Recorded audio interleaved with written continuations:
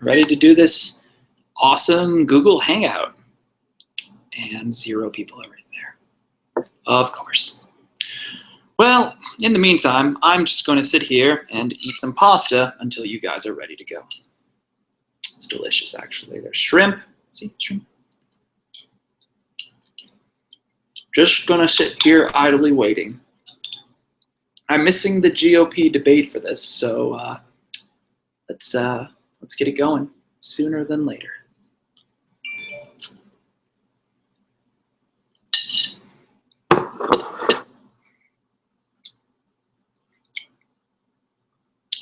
Just a reminder, you can send questions to multiple different sources. If you're a student of mine, please send one on the Remind or through email. If you're not a student of mine, then by all means, send it to the link below in the Twitter thing right there. And I will definitely get it. Other than that, text somebody. I don't know, drop it in the comment. Oh, there's the comment box, I guess. Yeah, I guess that would be okay. Does anybody know Wegmans Black Cherry? Super good. Like, so much better. Hey, look, 3 people. Welcome. Gonna drink out of my Harry Potter mug now that you're here. Ah, Black Cherry. So good. All right, we got 3 people.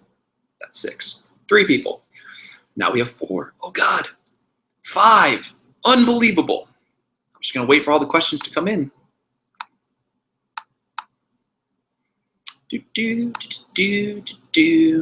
Just got to wait for the questions.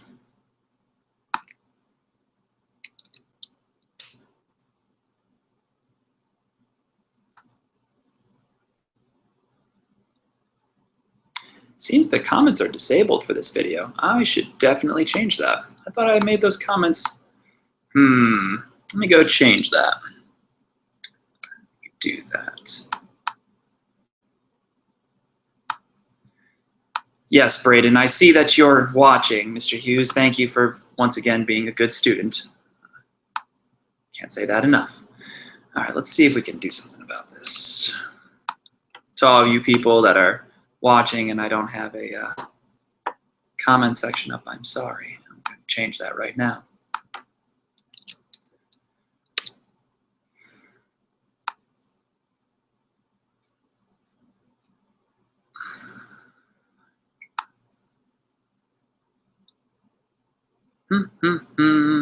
Where is the...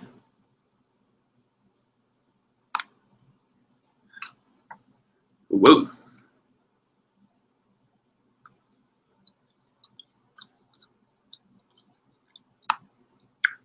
Full live chat. Comment. Says it should allow comments.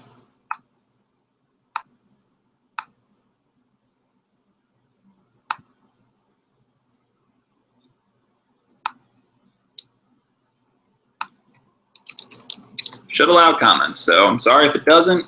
Technology is stupid.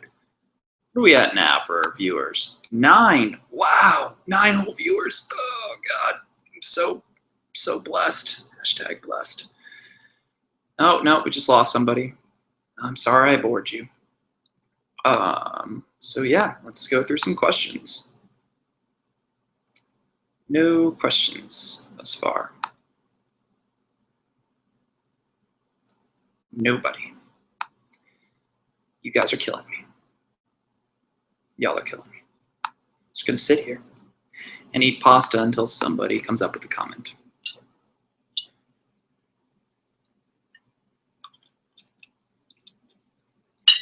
I do this all day. I'm Italian. I can eat pasta all day long until somebody asks a question.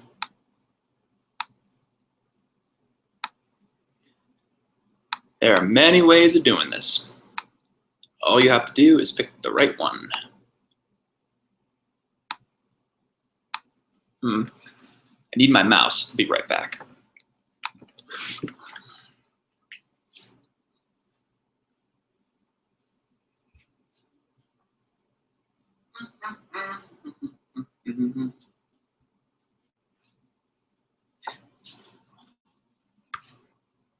Okay. Oh, look, the first question has arrived. And it comes from Mr. Evan. Okay, Evan, we can definitely talk about Shays Rebellion. So, let's talk about Shays Rebellion. Let's talk about what it started with it and like how it kind of came to be a thing. So, first of all, you have this guy, Daniel Shays. He was in the Continental Army. He now is a farmer who lives up in Massachusetts, and Massachusetts decides that they're going to tax their state. They have every right to do so. Remember, the federal government can't tax because it's the Articles of Confederation, and under this Massachusetts tax, they decide that they're going to put a heavy burden tax on the farmers. Obviously, farmers don't have lots of money, so when you increase taxes, people get mad. So the farmers start to rebel behind Daniel Shays, and what happens is there's no army to come in and like clean them out. They only have state militias. So Massachusetts is like, hey, other states, we could really use some help to get rid of these people. And they basically are like, no, that's your problem. Like Virginia, why would Virginia send troops to Massachusetts? They don't want to, that's not their issue. And this is the whole problem with the Confederation, is that there's no federal federal army to come in and kind of clean house in Shays Rebellion. And Shays Rebellion is like the ugly. I always talk about the Articles of Confederation as like the good, the bad, and the ugly. And this is the ugly because when the Shays Rebellion ends, everybody sits around and just goes, okay, time for a new government. This one sucks. Everybody but Jefferson. Jefferson's like, oh, no big deal. Who cares? Some people died. Not that big of a deal. You know, the blood of blood of tyrants and patriots have to be spilled so that liberties are guaranteed. Yeah, one of the great things that Thomas Jefferson has said. Okay, so that's pretty much Shays Rebellion. All you have to know is that it really significantly weakened the Articles of Confederation, made it look real weak. All right, let's go to another question. It still says comments are disabled. I'm trying to fix that, and I don't know why. Maybe I don't know. Let me see. I'm working on the comments box right now. For those of you who are still struggling with the comments box, just go ahead and send me reminds, messages, or tweets or something, or emails. Emails also work fine. You have all this at your disposal. Okay, so let's do that. Hey, we're at double digits. Perfect. Let's see. What can I do? Let me see if I can finagle something. I'm trying to work my voodoo magic here, and it's not really working here.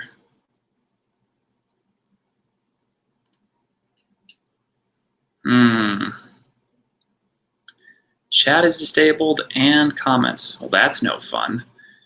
Huh. However, are we going to do this?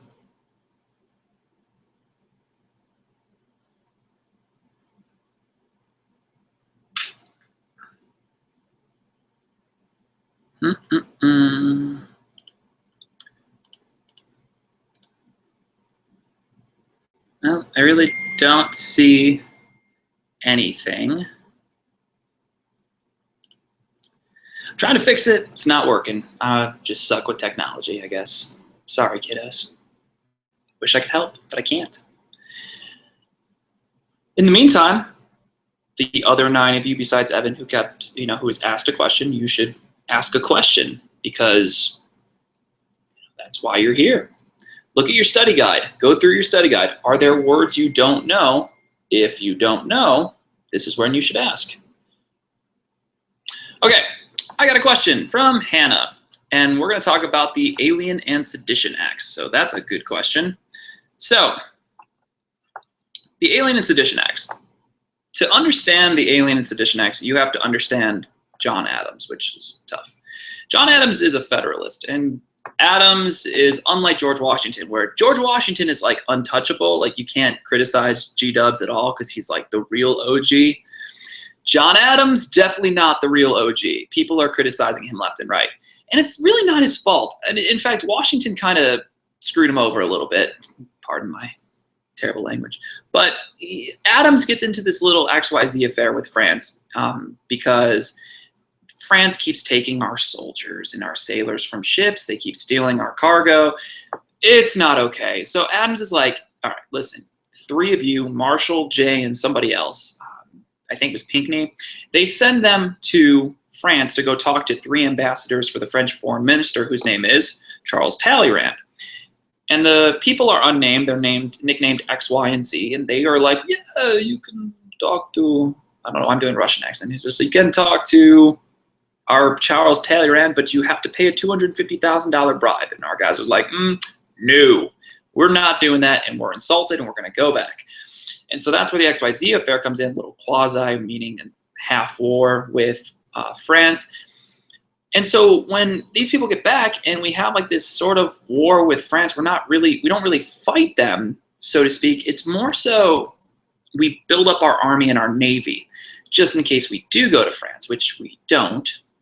But we build up the army anyways, which is, it's weird because today we have an army, and it's weird to think that raising an army is a negative thing. But back then it kind of was, because it looked like you had something to prove, which the United States that's like 8 years old. We don't have anything to prove. We're like an 8-year-old.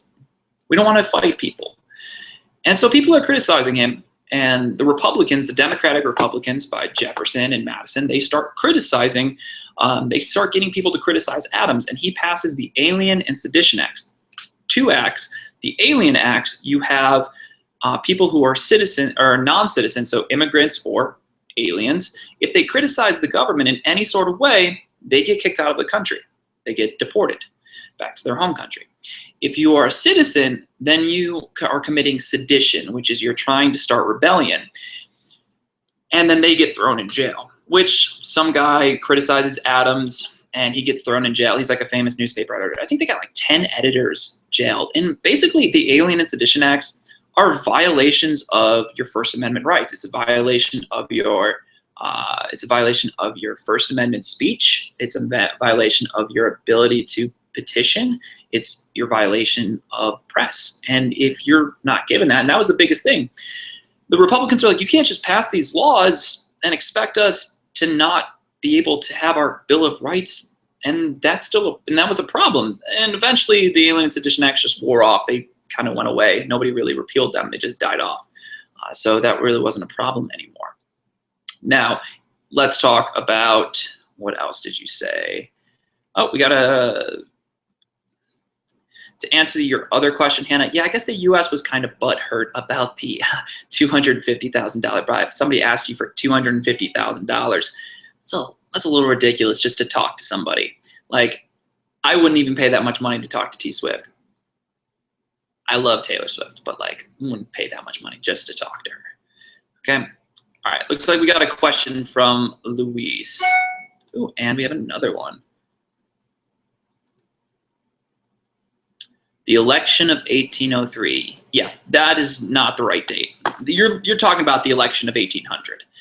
Okay, election of 1800. You have 5 major candidates: John Jay, Charles Pinckney, John Adams, Aaron Burr, and Thomas Jefferson. 4 of those people matter because Jay gets 1 vote. Pinckney gets like 30. Adams gets like 50. And then Burr and Jefferson, they split 73 each. So they have the same amount of votes. So when you don't have a majority in our government, if you don't have a majority with the Electoral College, you actually go to the House of Representatives. And so the House of Representatives is Federalist, primarily Federalist.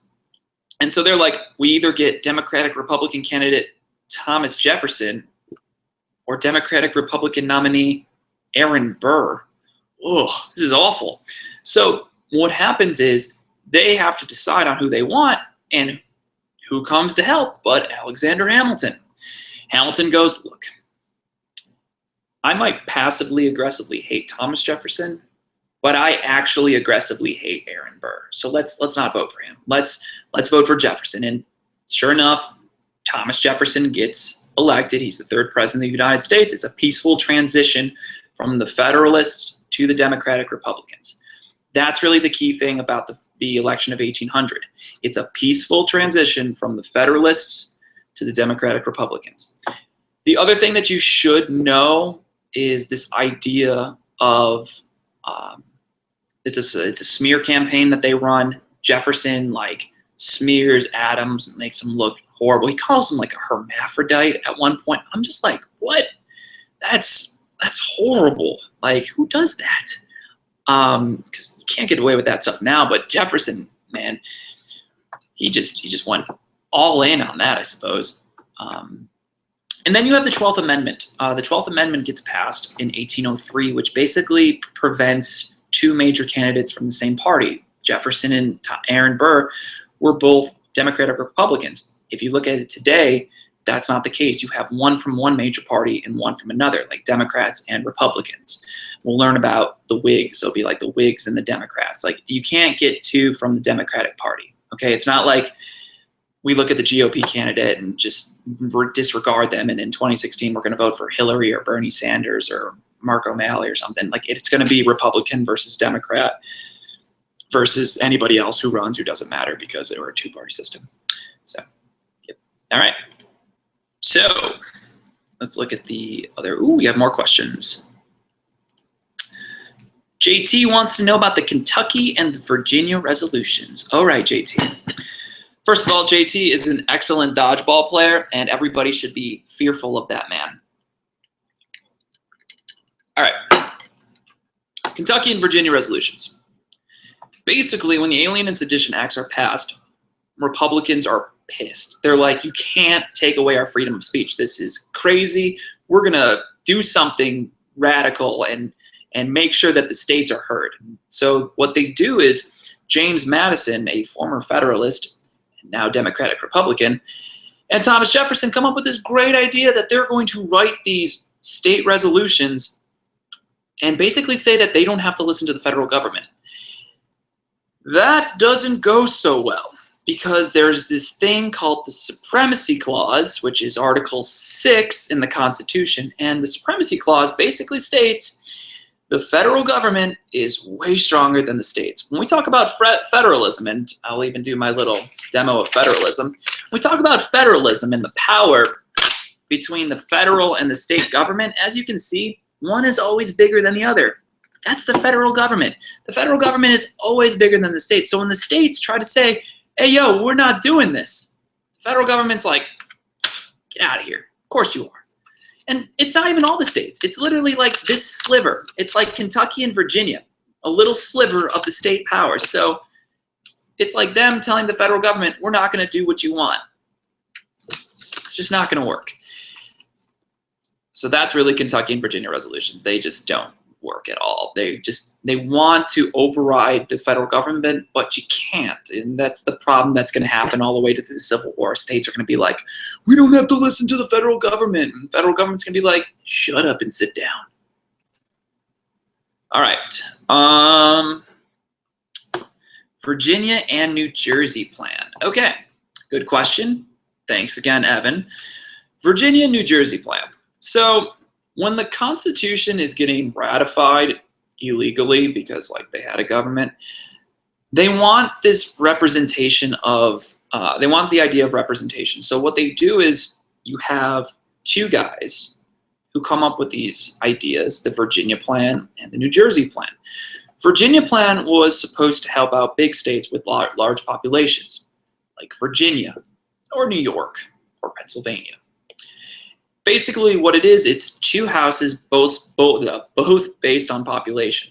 So that didn't work out to the small states because they go, we don't have that much population. We're not going to be able to send that many representatives and no one's going to hear our problems. So then the New Jersey guy goes and says, we are going to make a New Jersey plan, which is one vote per state, one house, one vote per state, so 13 votes when the Constitution would be passed, and any states admitted to the Union would also get one vote. That was under the Articles of Confederation, and that didn't work at all. So they kind of just took their two ideas and mashed them together to make this mutant Connecticut plan. And in the Connecticut plan, you have the House of Representatives, and the House of Representatives is the lower house. You have 435 representatives.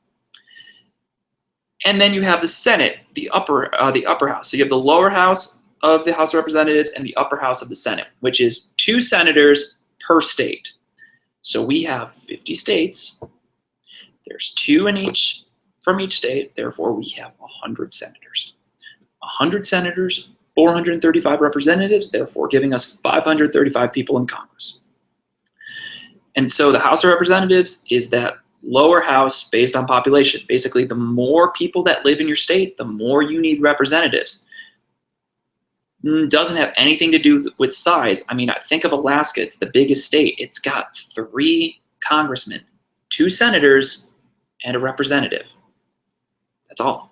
Despite it being massive, it's got nothing to do with size. It's got all to do with the population. Okay? So that's pretty much all you need to know for New York or Virginia and New Jersey. All right. Davis wants to know what ended the quasi-war with France. So the quasi-war was like, it wasn't really a war. Basically, what ended it was the fact that Napoleon came into power. The little short dude came in and he was just like, yeah, we don't really have a problem with you, the United States. We've got bigger problems here to deal with. So we're not gonna mess with you. Basically, the Committee of Public Safety, which was the government before Napoleon, when they ceded government power to Napoleon, he just said, we don't have a problem with you. He was a really nice guy to the United States. He sold us a crap load of land for like nothing. 3 cents an acre. 3 cents an acre. It was like $15 million for half the country. No big deal. Thanks, Napoleon. Sucks about Waterloo. All right. Let's see what we got here.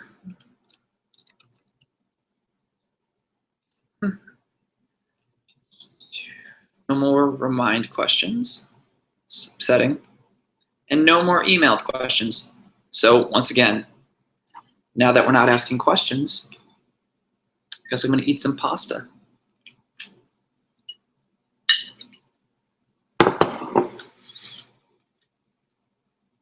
This would be the time where you ask questions. Just saying. If not, you're just going to enjoy me eating more pasta, which once again, I love pasta. I'll do this all night. In fact, I'm going to have another forkful. Good times. Good times.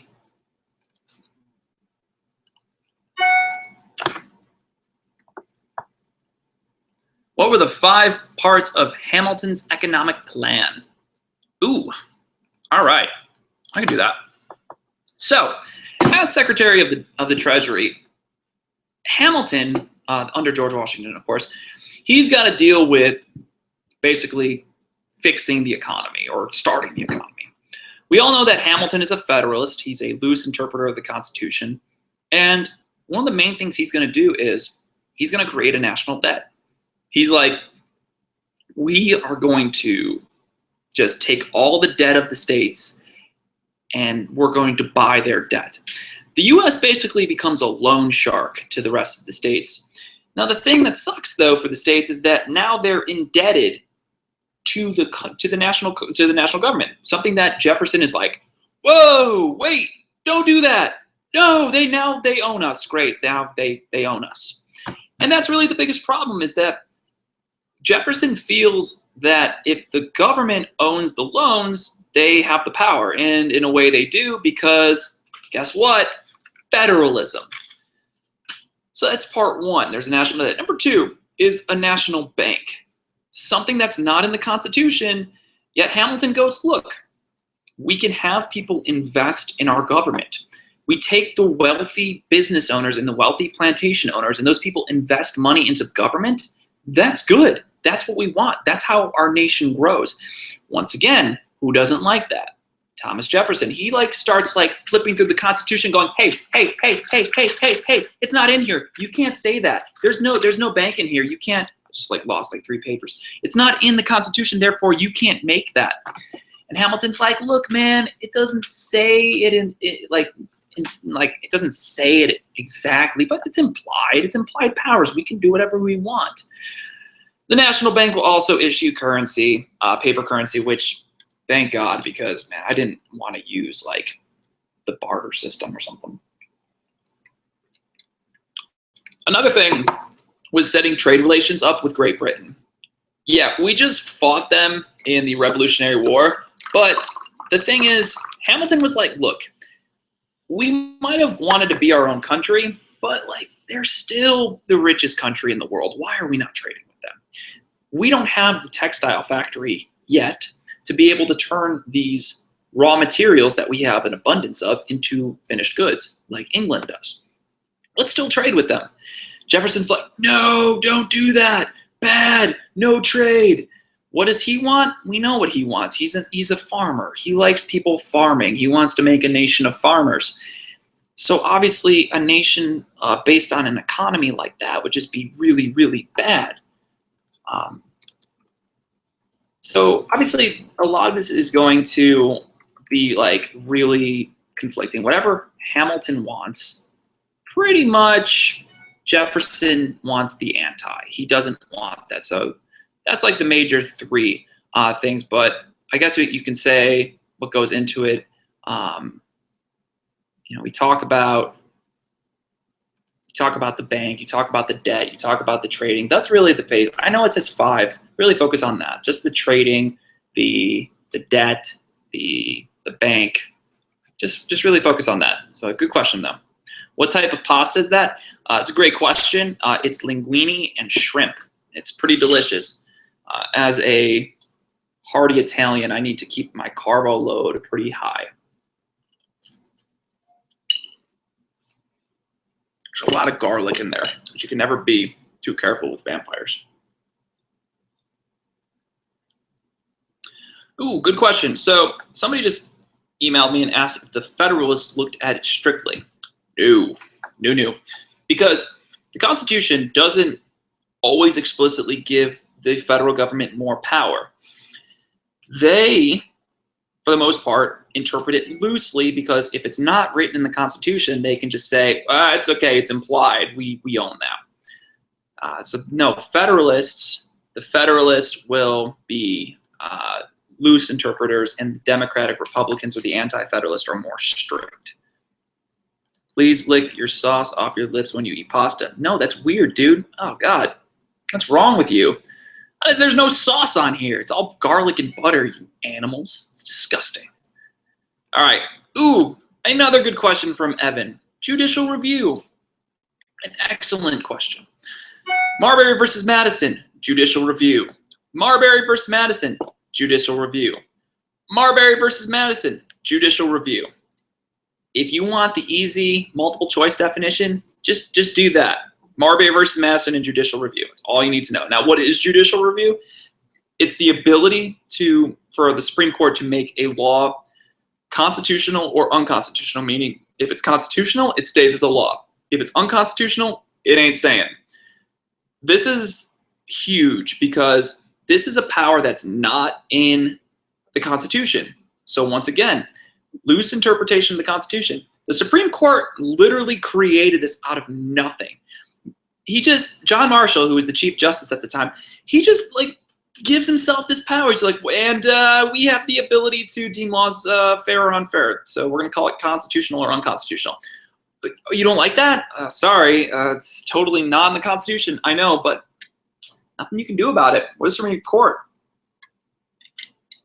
So the thing is, that's judicial review. It's their ability to determine if things are constitutional or unconstitutional. All right. Ooh, what was the fugitive slave law? Good question. Fugitive slave law. There are things in history that like make me cringe because they're really bad.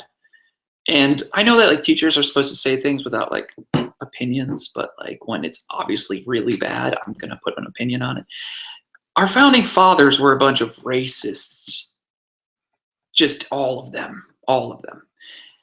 Number one, the fugitive slave law was an actual law that stated that if runaway slaves escaped their plantation or their owner, it was the duty of a white man to capture said other human and turn them in back to their owner.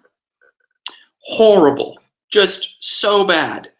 And that would last almost 100 years until the 13th Amendment, which was the banning of slavery in 1865. Like, are you kidding me? That was in the Constitution. That's awful. What is wrong with our people? So there's the fugitive slave law. And you'll see there's a bunch of posters. Let me show you a poster about one. Let me pull it up. Fugitive Slave Act poster. I'll screen share this bad boy. Let's see, images. Ooh, here's a good one. So let me screen share this bad boy. Where is my Google Hangout? Wait, what the heck? Screen share. Look, just look at that. So this is the fugitive slave law. Okay, you have caution, colored people of Boston, one and all. You are hereby respectfully cautioned and advised to avoid conversing with watchmen and police officers. For since the recent order of the mayor alderman, they are empowered to act as kidnappers and slave catchers.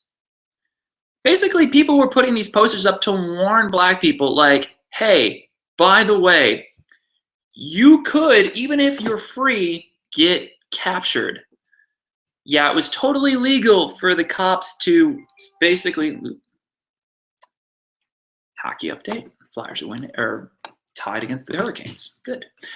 Anyways, it was totally legal for a cop to racially discriminate. Once again, America's history. One giant racial discrimination against like a race or gender or ethnicity or religion. But I digress. We evolved, at least some of us. How did Rousseau influence the Constitution? That's a good question. So what you need to know for the three major philosophers. Number one, John Locke, natural rights. More so Declaration than Constitution. I would just stick with John Locke and the Declaration, not the Constitution. Rousseau. Once again, this is also just like the Declaration, but his is a social contract aspect. His is if the people are pissed at the government, then they have the right to overthrow the government. Social contract. If you break said social contract, government's going to go bye-bye. Bye-bye. And then you have, who's the other guy? Oh, yeah, Montesquieu. The important guy, the granddaddy of them all. Remember, Montesquieu, you have to split his name up because it's long and confusing and 0 people spelled it right today. And to spell his name out, break it into 3 sections, just like he decided to tell people to break a government into 3 separate branches. Now, he didn't explicitly say this for the United States. Remember, Locke, Montesquieu, Rousseau, Hobbes, all these guys were dead before the United States even existed. So it's not like they came to the United States and told George Washington and John Adams and James Madison and Thomas Jefferson like what to do. Basically, our founding fathers read their work from 100 years ago and were like, hey, this is like really good idea. We should totally do this if we ever started a government. And hey, look, it worked. So don't get that confused. All right, so I hope that answers that question. What were the first 3 cabinets created by Washington? That's a good question. So Washington creates 3 cabinets: the Treasury, Hamilton; State, Jefferson; and Secretary of War, Knox. It's pretty self-explanatory. Secretary of War helps out with the Army and the Navy. Secretary of State, Jefferson, he is there to keep relations up with other countries. So France, because it's Jefferson and he loves France. Treasury, money, financial things, trading, national debt, national bank, Hamilton. He then goes, you know what? We need another one. Attorney General, let's do that. The Attorney General is the person who helps enforce the laws in the country. And we still have that, all 4 of those positions today. Instead of the 4 positions of the cabinet, we now have 15. And the cabinet is in the Constitution. That's something that the president could do, but it is a precedent, obviously, as well. Farewell address. Okay, so the farewell address, pretty simple. The farewell address by George Washington is awesome because first of all, he didn't have to step down. He could have just kept being president. People been like, good, this is awesome. But he was like, I'm gonna go home to Mount Vernon, just chill for a while until he died 2 years later. And in his farewell address, which by the way, I gave you guys like a snippet of it, the real speech is like 45 minutes long. It's insane. And in it, the major things that you pull out is that he's like, number one, just don't sectionalize people. Don't put people into groups. Don't be like whites, blacks, men, women. Don't do that. If you do that, then people will feel different. He's like, the moment you start to do that, we break our national unity. So no sectionalism.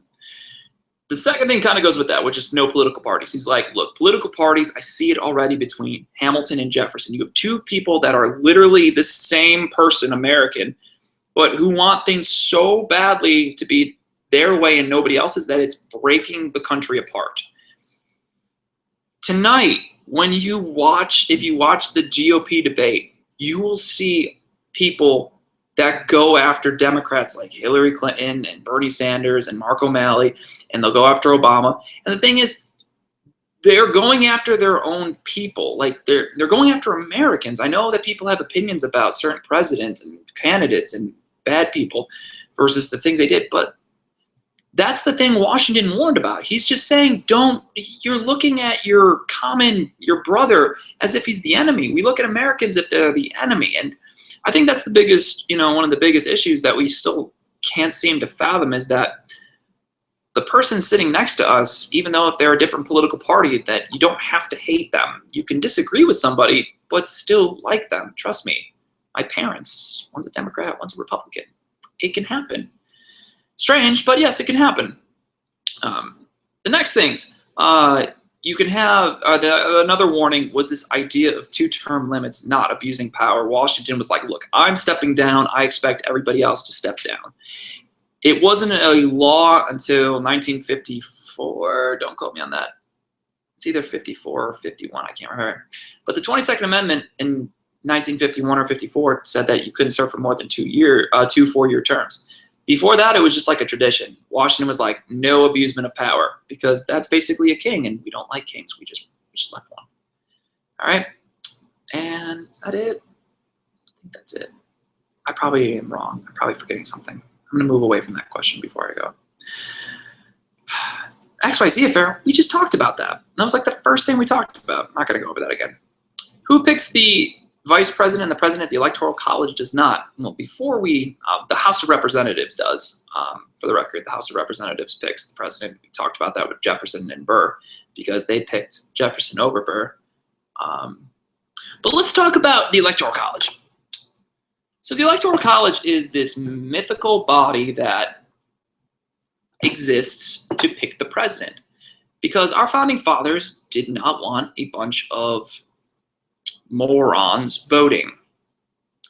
And I'm not saying morons today. I'm saying morons back then because how could people in Virginia that were illiterate accurately pick somebody for president? It probably wasn't going to happen.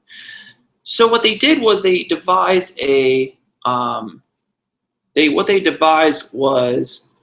this system, this body, this electoral college, who are professional voters. Like you got professional football players and professional musicians. These guys are professional voters. They basically study each candidate and decide, who is a better candidate for the job.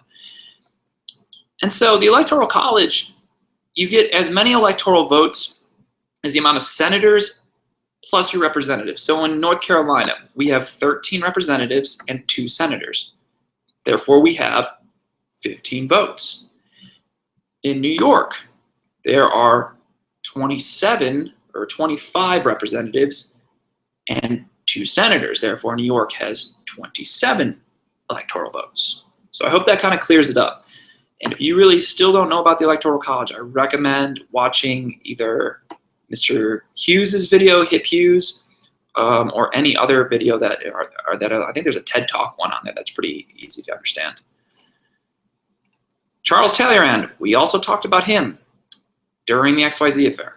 So rewind me. or wait till I'm done. The original Bill of Rights, and what do we know? You mean the English one or the one we have? Because the English one, don't worry about that. Just know that we like stole their idea. England has their own Bill of Rights, which is, you know, I don't even know all the Bill of Rights of England because I'm not English yet. But here's the thing. You need to know our Bill of Rights. You need to know the 5 freedoms. You need to know bear arms. You need to know the search warrant. You need to know right to remain silent. You need to know speedy trial. You need to know the cruel and unusual punishment. And then you need to know states' rights, the reservation of states' rights, the idea that they are able to keep their rights as states, have certain laws that the federal government doesn't care about: education, drinking age, driving ages, a bunch of other stuff. Let's take a look at the emails. Plenty of emails. What was the first tax on? That's a good question. The first tax was on whiskey. Because as Americans, what do we love more than guns? Booze. So many laws on booze and guns. Proud to be an American, or at least I know I'm free. So the thing about the whiskey tax, the first tax, Hamilton taxed the crap out of whiskey. People got mad, just like anybody who gets taxed gets kind of mad about the things they love, and they love whiskey back then because it's like the only safe thing to drink. You know, water's got bacteria. Beer has hops and whiskey has corn. So people were like, there's no bacteria in this. You can't tax the one thing that's safe to drink. And Hamilton's like, no, you like to drink it, so we're going to tax it. And so what happens is these small farmers get mad because it's too expensive for them to distill and to sell, and so they start to rebel. Now, compared to Shays' Rebellion, which was 4 months, this one ended pretty quickly. Why? Because Washington sent the army in. What's up? Yeah, once again, where are my little cards? Where's my federalism? Oh no, we're going to rebel against you, federal government, and your whiskey rebellion. Okay, maybe not. So once again, federalism. The Whiskey Rebellion is like this little glimpse that the country is going to be okay, or that the country is going to repeatedly have states try to rebel against the federal government, just like in 1861. Who won that one? That's right, the feds. The feds always win. All right. So that's that question. What are the Federalist Papers? From 6'6", 200 pounds. I'm 207 pounds, so get it right. Don't insult me. Federalist Papers. So between the era of the Articles of Confederation, awful. Between the Constitution, obviously our current law code, there was this thing called the ratification in the Constitutional Convention, where a bunch of grouchy old racist, founding fathers met in Philadelphia to kind of go over this new idea, this Constitution. And so the founding fathers really wanted to, they loved to argue. And so what they did was, the problem was the anti-federalist, Democratic, soon-to-be Democratic Republicans, they wanted more power to the states. Federalists want more power to the national government. But the problem is you have people like Madison and Hamilton who start to write these anonymous things called the Federalist Papers, which is like a series of like 85 essays. Hey, look, without Twitter and the news, people used to write a lot. And people used to read those essays. And basically those essays were efficient because the more they wrote, the more people were like, okay, maybe the federal government being more powerful is a good thing. And that's really what happened. The Federalist Papers were written by Hamilton and Madison. Remember, Jefferson didn't write the Constitution. Jefferson didn't write the Constitution. Jefferson didn't write the Constitution. Please don't say that. It pains me every time you guys say that Jefferson wrote the Constitution. It hurts. It actually hurts. Like I'm going to get like a sore like right in my neck. Do not say that Jefferson wrote the Constitution. Don't say it. And basically the Federalist Papers pushed people to ratify the Constitution, not random citizens like you and I, like actual like important people who would ratify the Constitution. P.S. Jefferson was a racist. Yes. Yes, he was. And a rapist. Racist and a rapist. Horrible human. All right. Is the Louisiana Purchase going to be on the test tomorrow? Well, I can't say that it is or isn't, but we can talk about the Louisiana Purchase. The Louisiana Purchase is this giant chunk of land that we bought from France, like I said, for 3 cents an acre. And it was awesome because we got double our country for like next to nothing. It's like buying a sweet house for the price of like $1,000. It was awesome. And all you need to, yeah, I would say you probably need to know that the Louisiana Purchase is important. So please know that. All right, Northwest Ordinance. Ooh, that's a good one. That is a real good one. Let me show you the Northwest Ordinance. Let me find a picture of that so that you guys can really get a nice view of what I'm talking about. Northwest. No, I'm not talking about the I hate people. Like, really? Okay. Stupid Kanye. All right. Northwest Ordinance. Let's screen share. Here we go. All right. I remember when we watched this video in class and you guys were all really confused why my former teacher, Mr. Hughes, was saying that Mama got pregnant. Well, Mama did get pregnant. Mama being the United States. This here United States. So here's the United States, and we got pregnant with all this gold land. We basically did this thing where we took a lot of land from the Native Americans, which we would do a lot of throughout our history, and we would create 5 new states: Ohio, Michigan, Indiana, Illinois, and Wisconsin.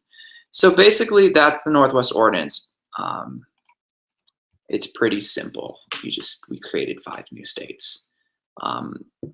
Also interesting, no slaves allowed in those states, thus beginning the awesome time where slavery would be an issue. And yes, every other state that got admitted to the Union, that would be like the biggest issue. Can we have states or slaves in this state? Can we not? Like, we would trade. We'd be like, okay, well, Maine doesn't have slaves, so Missouri does. It's like, okay, that makes whatever. I can't believe we're debating about this. Once again, stupid, racist founding fathers. All right. What else have we got? Northwest Ordinance. Yeah, well, there you go. I just did it for you. Let's take a look at the other.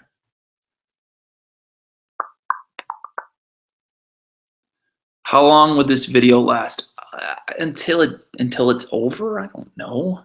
Why ask? That's a waste of an email. Once again, if any of you don't know Wegmans, Black Cherry, super good.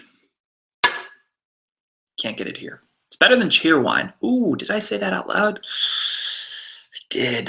That's awkward. Sorry. Not sorry. Looks like no new emails. No new that. Love how some of my former students are trying to troll me. Jacob, always a pleasure. We already talked about the farewell address, so you just got to go back and look at that. Ooh, I didn't see this. Jay's Treaty. All right, so under Washington, John Jay, the first Supreme Court Chief Justice, came up with this idea that we were going to, I don't know, make a treaty with the country we just declared independence from.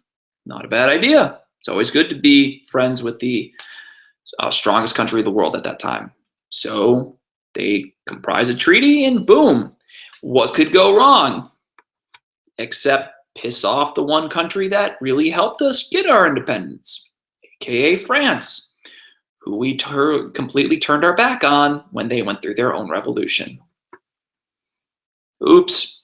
Basically, with Jay's treaty and our treaty with the British, 4 years later during Adams, that's what would cause the XYZ affair. The Jay's treaty went straight into the XYZ affair. Not like direct, but it was a cause, but not for 4 years. And once again, 4 years is a long time. Just hope you guys understand what that is. All right. Let's see more. 2 negatives make a positive. No, they don't. But this isn't math, Louise. You can't just say that 2 negative things that we did make a positive. Just because you're a racist and a rapist doesn't make you a good person. Oh, God. If it did, there'd be a lot of really good people in this world. All right. Let's go through. Any other questions? We're dwindling viewers. This is good. I'm so glad you guys are just staying. 15 of 140 students, and I have 15 viewers. This is depressing. Y'all better get A's tomorrow, or I'm going to send Krampus on you. Baja Blast. Baja Blast is good, but you can get Baja Blast pretty much anywhere. You can't get Black Cherry, Wegmans POP from, anywhere. You have to go to Wegmans. So there's that. Let's see. Looks like nothing in the Remind chat because, reasons. Well, if we don't get any new questions within the next 10 minutes, I am going to log off so I can prepare myself for the GOP debate. I'm so excited. It's going to be so much fun. I'm going to live tweet the crap out of that. Let's see. What else do we have?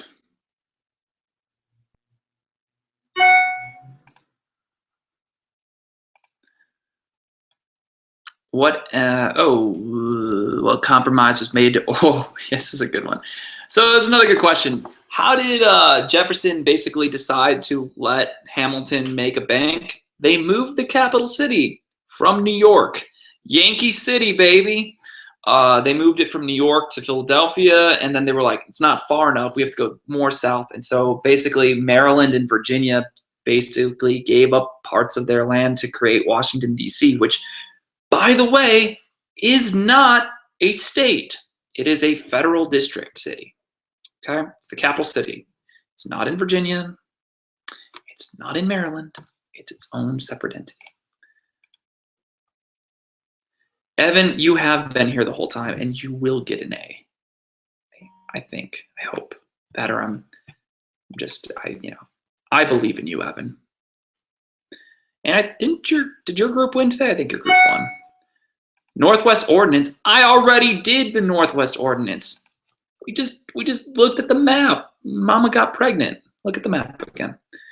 All right. What's the other thing? Did George Washington cut down a cherry tree? No, that's actually a myth. He did not actually indeed cut down the cherry tree. So I hope that I didn't ruin your beliefs of George Washington. Also a racist. Less of a racist than Jefferson. At least he didn't, father any illegitimate children. Ooh, shrimp.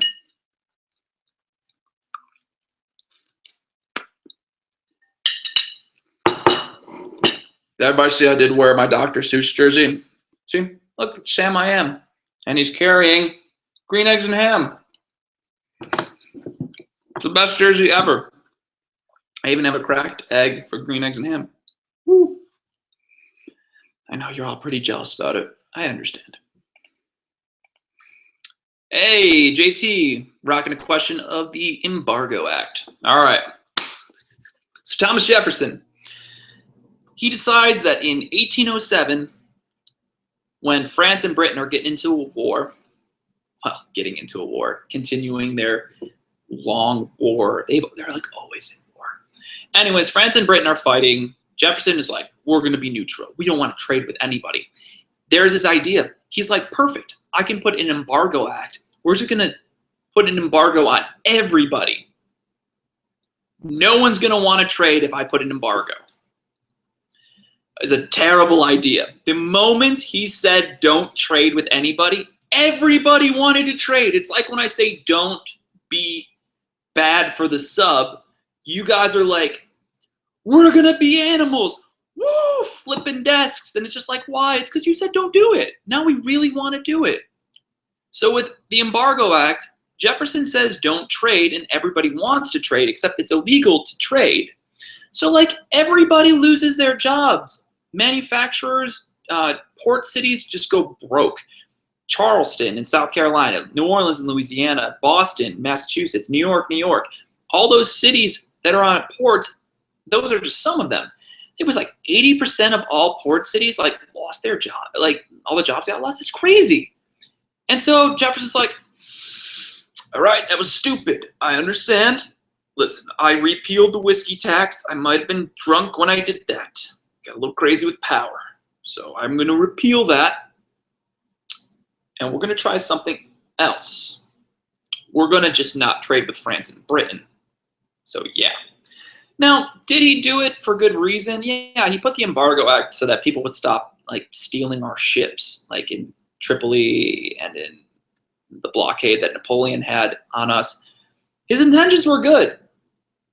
But when you tell people that you think that people are going to not want to trade and make money, like what? They're going to be a nation of farmers and be poor, or be traders and be rich? Like, humans are greedy. We're always going to do the thing that's easier and makes us rich. Like, yeah, I mean, farming is awesome if you're into that sort of thing, but unless you don't like money, then that's not going to be your job of choice. You're going to be a trader. You can be a manufacturer. You're going to make a lot of money off that. You're going to want that. So then he passes the aptly named Non-Intercourse Act, which is just an awful, awful name for a law. I'd like them to try to pass that law nowadays. Actually, don't even encourage it. That'd be terrible. I can't even imagine what CNN would be talking about if they tried to pass that similar name like that. But anyways, the Non-Intercourse Act basically said don't trade with France and Britain. Simple as that. All right, so that's the Embargo Act. Glad we did that. Team friendship always wins. It's the power of friendship. Alien and Sedition Acts, we did that already. We talked about that earlier, so give this a little rewind. We've covered a lot. I feel like there's not a lot that we haven't covered. I just killed a shrimp. He was delicious.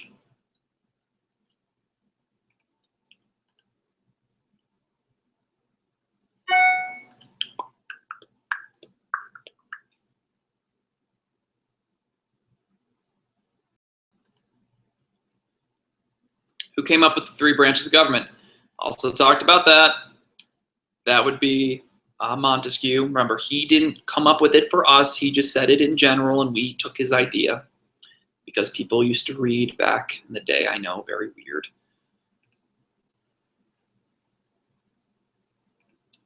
Any other questions? We're getting down to that like awkward 3 or 4 minutes left in this if no one's going to keep asking questions that I already haven't answered.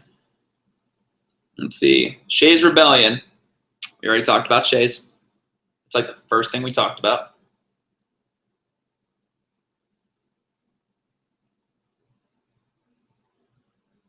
Anything else? I can sit here in silence too. I've got pasta. I'll do the pasta eating again. You asked for it. Here comes the pasta.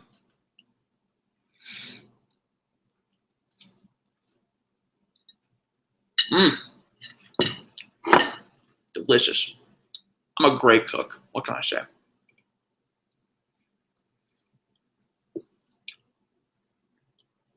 So this is it. 2 minutes. We got 13 viewers. So you guys know all those vocab words, huh? Every single one? Every single word, every single question? Because I'm pretty sure that's not true. Did you look on the back? Were there things on the back that you might have been confused about? If not, I'm expecting A's. Maybe I should like incentivize you guys. Maybe I should like grow out like a really awesome mustache if you all like had like a class average of an A. That would be fun. Just like grow out a big, bushy, Nick Offerman, Ron Swanson, like. Except I can't grow facial hair, so this is maybe not the greatest idea. Food for thought. Food for thought. Let's see. Or anything else? Checking email one last time. Shays Rebellion. Like I already said, we already talked about Shays. Hey, got another subscriber. Awesome. Now I'm at 342. If you haven't subscribed to me on YouTube, shame. Shame on you. Ooh, good question. No, the cotton gin won't be on the test. We haven't talked about that. So great question, Brianna. No, the cotton gin will not be on the test, but if you want to know what the cotton gin is, it was this really cool device that Eli Whitney made that basically separated cotton from its seed, which is a really tough process to do. True story. If the cotton gin wasn't invented, we probably wouldn't have needed as many slaves. So thanks, Eli Whitney, for enslaving African Americans for another 70 to 80 years. I know it's not really your fault, and it's most so the government and people, but still, way to go. 2 thumbs up. Anything else? I'm slinking down in my chair here. 2 remind questions. Don't grow a mustache? What? Why? What?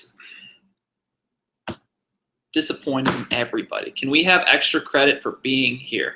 No! No! You mean can you have extra credit for watching me take time out of my day and more so my night to help you? No! If anything, I get extra credit. I deserve this black cherry pop. Yeah, not soda. Pop. Extra credit. Yeah. Okay. I subscribe. Thank you, Evan. Very appreciative of that. 3 subscribers. Holy crap. I'm so excited. Dye your hair blue. Okay, I'll do that. If any class gets an average of an A on this test, as a class average of an A, I will dye my hair blue. I'm serious. I will dye it blue. I don't know how long it'll last, but it'll be blue. You have to get a class average of an A. No one's ever done that. The highest we've ever gotten was an 80. I'm pretty okay with that. So, yeah. I'm down for that challenge. Good challenge, Davis. Very good challenge. Pinky promise. I pinky promise. Here's the pinky. Pinky promise. I will pinky promise. Which side actually won the Civil War? And I will hold you to that. I will make sure my class passes. What do you mean who won the Civil War? The North did, the Union. Last time I checked, we have the stars and stripes above our government, not the stars and bars.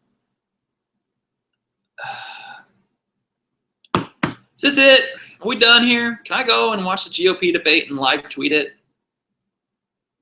All right, I'm going to do that. All right, guys, go to bed before 9:30. I don't care if your parents say that you need to do other homework. Go to bed. Eat some breakfast tomorrow. Have your mom or dad or siblings make you pancakes or waffles, something with carbs. You got to have protein. You got to get that brain working. Get up and do some yoga. Do some like upward dogs or, oh, there's my back. You need to be able to get the body flowing with positive energy. We'll do some Tai Chi in class tomorrow. We'll all just like sun salutations. Okay. On that note, namaste. I'm going to go. I'm going to go live tweet and watch some Republican candidates make idiots of themselves on television. This is going to be great. Have a good night, guys.